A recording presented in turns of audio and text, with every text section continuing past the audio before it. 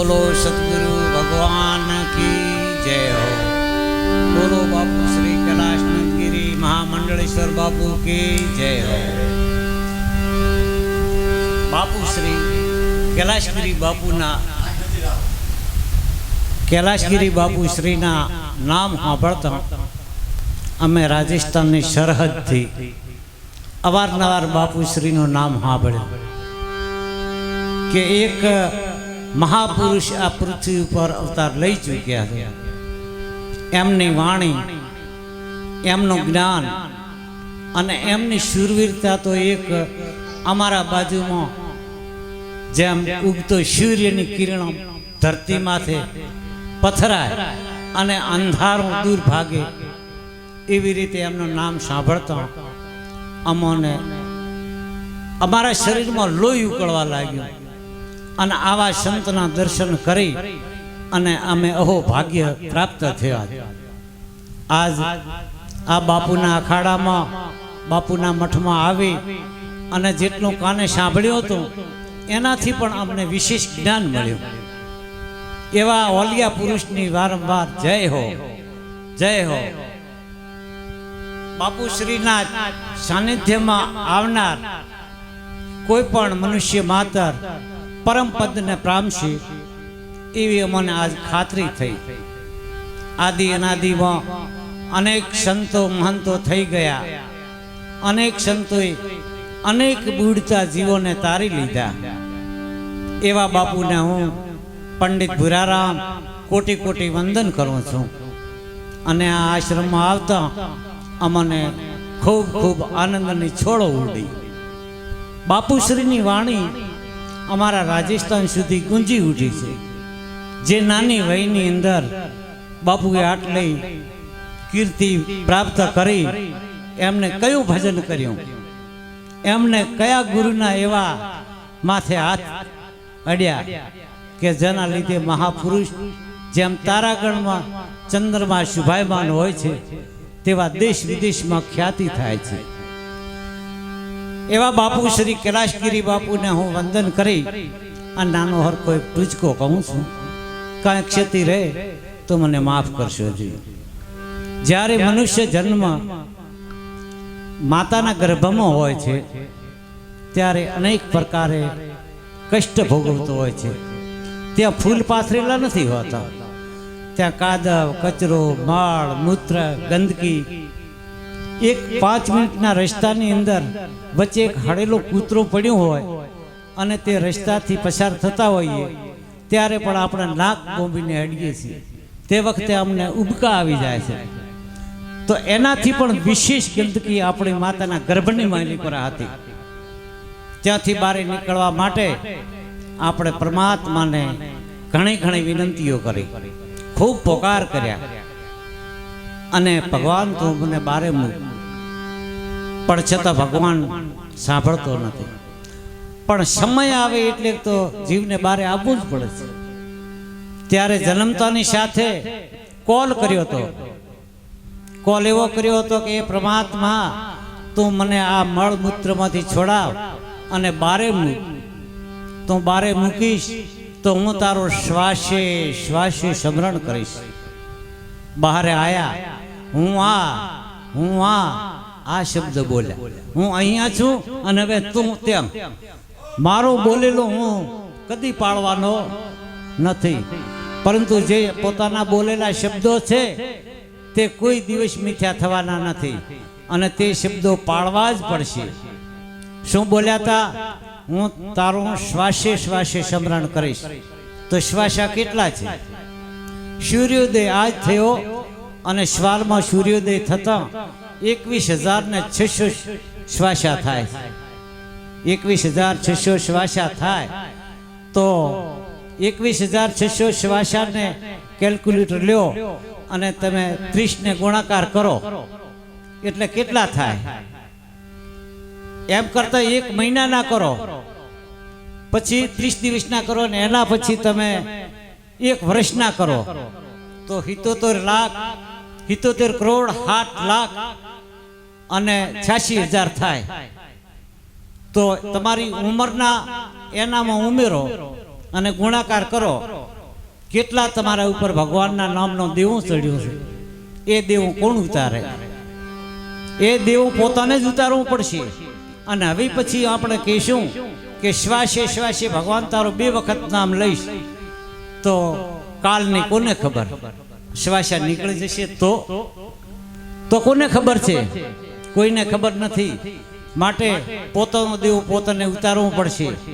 પરંતુ તે માથે દેવું ચડેલો, પરમાત્માનો દેવો ચડેલો આપણે ઉતારી શકીએ એમ નથી.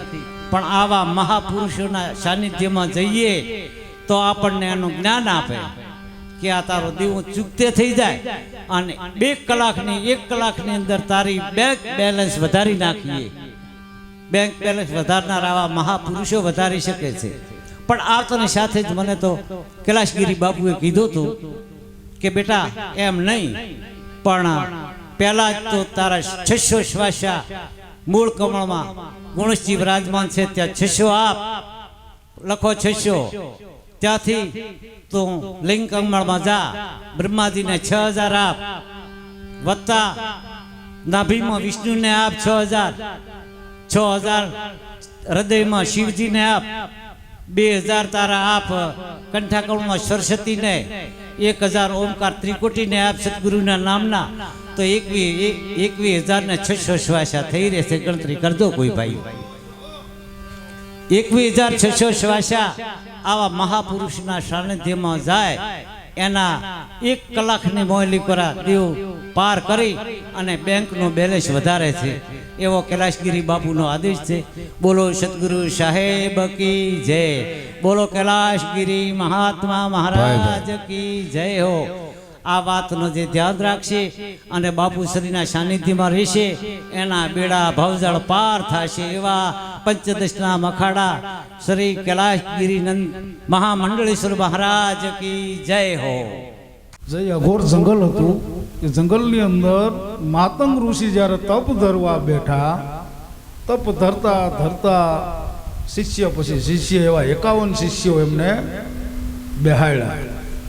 એમને ધર્મનું જ્ઞાન આપ્યું, શાસ્ત્રનું જ્ઞાન આપ્યું, સંસ્કૃતિનું જ્ઞાન આપ્યું, મર્યાદાનું જ્ઞાન આપ્યું અને અસ્ત્રનું પણ જ્ઞાન આપતા હતા. પણ હવે રોજ 51 શિષ્યની રસોઈ બને. આ રસોઈ બનાવી હોય તો એની પાછળના લાકડા જોવે. ગુરુ મહારાજે આ હુકમ કર્યો કે શિષ્યો એક પછી એક તમે લાકડા લઈ આવજો તો કાલની રસોઈ બનશે, બાકી બનશે નહીં. આ દરમિયાન જે 7 વર્ષની ભેલની દીકરી જે રહી, છબરી એનું નામ હતું, એ છબરી બેઠી બેઠી સાંભળતી હતી. બાપુ એક શિષ્ય કે તું જજે ને ઓલો શિષ્ય કે તું જજે, એકેય શિષ્ય જતા નથી. પણ છબરીને એમ થયું કે આ માતંગ ઋષિના શબ્દથી મારી જીવનનું કંઈક કલ્યાણ થઈ જશે. તારે ઈ છબરી લાકડાનો ભારો લઈને માતંગ ઋષિના આશ્રમની અંદર નાખી જાય. રાત્રે શિષ્ય હુઈ જાય, ગુરુજી હુઈ જાય, એ લાકડાનો ભારો નાખી પાછી પોતાના ઝૂંપડીએ વહી જાય. નિત્ય નિયમ કર્મના જે રીતના ટાઈમ ટેબલ થાય એટલે માતંગ ઋષિ સત્સંગની સભા ભરે અને શિષ્ય લોક બેહી જાય એટલે સબરી રહી સામે વાયડના કાંઠે બેઠી બેઠી સત્સંગ સાંભળે. માતંગ ઋષિએ પૂછ્યું કે આ લાકડાનો ભારો કોણ લાવ્યો?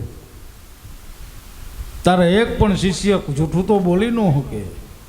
એકેય જવાબ આપ્યો નહીં. બીજા દિવસે જ્યારે માતંગ ઋષિ જ્યારે દેહતણો સત્સંગ સમજાવતા હતા કે બેટા આ દેહની અંદર જેમ હમણાં અમારા ભૂરા બાપુએ જે આખા જીવનની તો કાયાનું તો હવ બધાય બતાવે, પણ બાપુ હમણાં જે કહેતા હતા ને એ એક આત્માની વાત કરતા હતા કે આત્માના શ્વાસા ક્યાં. અને માતંગ ઋષિએ ત્યારે આત્માનું જ્ઞાન ચાલુ કર્યું. ઈંગલા અને પિંગલા અને સૂક્ષ્મણા નાડીનું જ્ઞાન ચાલુ હતું કે 3.5 આંટી તમારા શરીરની અંદર જે આંટી મારીને બેઠી છે ત્યારે સૂક્ષ્મણાનું નાડીનું મુખ ખુલે એટલે તમારી બંગ નાડી ખુલે. બંગ નાડી જે છે એ તમારી પાછળ બાપુ નાગણી સ્વરૂપે બંગ નાડી છે. જ્યારે બંગ નાડી ખુલી જાય ત્યારે તમારા શરીરના 9 દરવાજા રહે ને એ બંધ થાય 10મો દ્વાર ખુલે. એ કોઈ મહાપુરુષ કોઈ એવા સતગુરુના હાથ અડી જાય તો ખુલે. હવે આ માતંગ ઋષિ ઈંગલા પિંગલાનું જ્ઞાન આપતા હતા. એમાં માતંગ ઋષિએ નક્કી કર્યું કે મારા શિષ્ય સાંભળે છે, ખરેખર સત્સંગમાં છે. તો માતંગ ઋષિએ 2 મિનિટ મૌન થઈને એવું પૂછ્યું કે ભાઈ આપણે ક્યાં પહોંચ્યા હતા? તારે 51 શિષ્યને જવાબ નથી દેતા. તારે છેટે બેઠેલી છબરી ઊંચો હાથ કરીને એમ કહે, ગુરુજી તમે કહેતા હોય તો હું તમને કહું. હું કહું કે એટલે માતંગ ઋષિએ એવું કીધું કે હા બેટા તું કે. તો કે બાપુ તમે ઈંગલા ને પિંગલાની વાત કરતા હતા ને સૂક્ષ્મની નાડીએ તમે જ્યારે પહોંચ્યા નાથી તમે અટકાશો ને બંગ નાડીની તમારે મને વાત કરવાની હતી, તો એ વાત લગી તમે પહોંચ્યા. એટલે બાપુ કે શાબાશ બેટા, હવે તું દૂર ન બેસાય, નજીક આવી જા. અને તારે સબરીને નજીક બેહાડે છે અને જ્ઞાન ચાલુ કરે છે. તારા આ એમના જે શિષ્યો છે એ કાંઈક ગુરુજી વિષય બીજું બોલવા મળ્યા. આજ 2 શિષ્ય ઓછા થયા, કાલ 3 ઓછા થયા, એમ કરતાં કરતાં 51 ઓછા થઈ ગયા. તારે સબરી એમના ગુરુને કહે છે માતંગ ઋષિને કે બાપુ આ તો મારા કાજે બધા વયા ગયા, હું અહીંથી વહી જાઉં. જો આ બધાને તકલીફ પડતી હોય તો તારે માતંગ ઋષિ એવું કહે કે બેટા આ તો જેના ભાગ્યમાં હોય, જે ખાતાનું મોતી હોય ને એ જ પોરવાય જાય, અને પોરવા બેહીતા પોરવાય નહીં, તૂટી જાય. એમ તારા નસીબમાં આવી છે, તારે હું જોઈશે એ કહે. તો કે બાપુ તમે જે રામની વાત કરો છો ને એ રામને મારે જોવો છે. એમ તો આલો બેટા આ બેરખો, એક દિવસ તને મારો રામ જરૂર મળશે બેટા. શું કે જો બેટા તારે રામ જોવો હોય તો આલા બેરખો અને આ જગ્યાએ બેહી જા, એક દિવસ તને જરૂર મારો રામ મળશે. સમયને જાતા વાર નથી લાગતી બારોટજી, જેનું નામ છે ને એનું નાશ છે બાપુ. એમ માતંગ ઋષિનો પણ સમય આવી ગયો, ધરતી લોક છોડીને પરલોક જવાનો. તારે સબરીને એવું કહે છે બેટા આ જંગલની અંદર તું એકલી નહીં રહી, હું તો અત્યારે હવે મારો જવાનો સમય આવી ગયો, તું તારા ઘરે પાછી વળી જા. બાપુ હવે પાછું વળવાનું નથી થતું, હવે તો રામને જોવાનો થાય છે. અને એ સબરીને બેરખો લઈને રામ રામ રામ રામ ચાલુ થઈ ગઈ બાપુ. 70 વર્ષ થયા. રામે વનવાસ છે ને સબરી હાટું લીધો તો, એના હાટું નહોતો લીધો. આમ છે બાપુ. હો નમૂના.